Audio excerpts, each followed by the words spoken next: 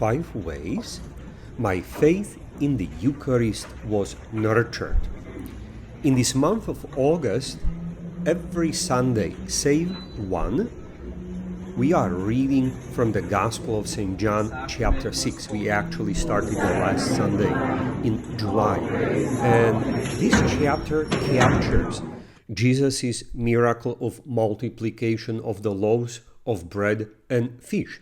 And then Jesus continues to build the momentum by saying, He is the bread that came down from heaven, and that this bread is His flesh that needs to be eaten. And then He reiterates, whoever eats this flesh, whoever eats my flesh and drinks my blood, remains in me and I in him. And the reaction of the listeners was the reaction of scandal, of hard saying, who can take this? And Jesus let them go. However, the 12 apostles remained, and He asked them, do you want to go also? And Peter said, to whom shall we go? You have the words of everlasting life, and we have come to believe in you. So, my dearest, allow me to share with you the ways my faith in the Eucharist, in the real presence of Jesus, His humanity and divinity that is present in every consecrated host, in every tabernacle, was nurtured. The first way it was nurtured was through the example of my parents in a family.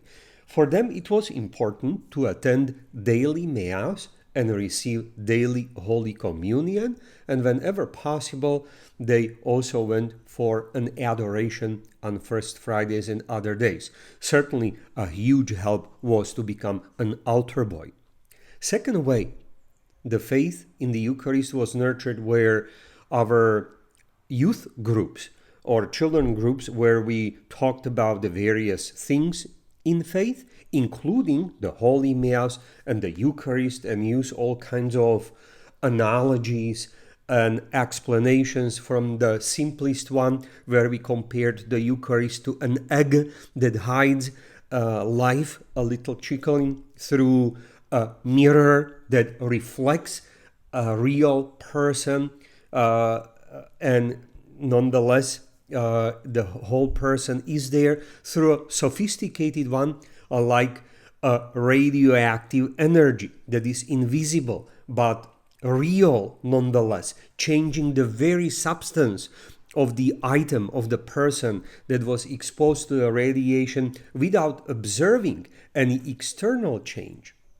Third ways my faith was nurtured was through the lives of the saints who drew strength from the Eucharist for their suffering, for their mission work, for their tireless charitable endeavors, and also in no small ways learning about the various Eucharistic miracles. Fourth way my faith was nurtured was studying the theology in the seminary, the biblical theology, the patristics, meaning the teachings of the early church fathers, as well the other centuries of various theologians who point out that Jesus in the Bible does not use a language of symbol, of metaphor, but He uses a very realistic language, that when He speaks about His body, about His flesh and blood, He means it. He says what He means. And first 1,000 years of Christianity, this was never doubted or contested. All Christians believed in the real presence of Jesus. The fifth way my faith was nurtured is through the current example of those who believe in our Lord, the little children. They may have no clue about Jesus, but when they are carried in the arms of the parents during the Holy Communion, they open their mouth as a little chick is open the mouth for the bird dad or mom to feed her or feed him. a beautiful example of young people who are taking the time and adore Jesus, whether it's on a retreat, whether it's on some big conference, or even in their ordinary parish church.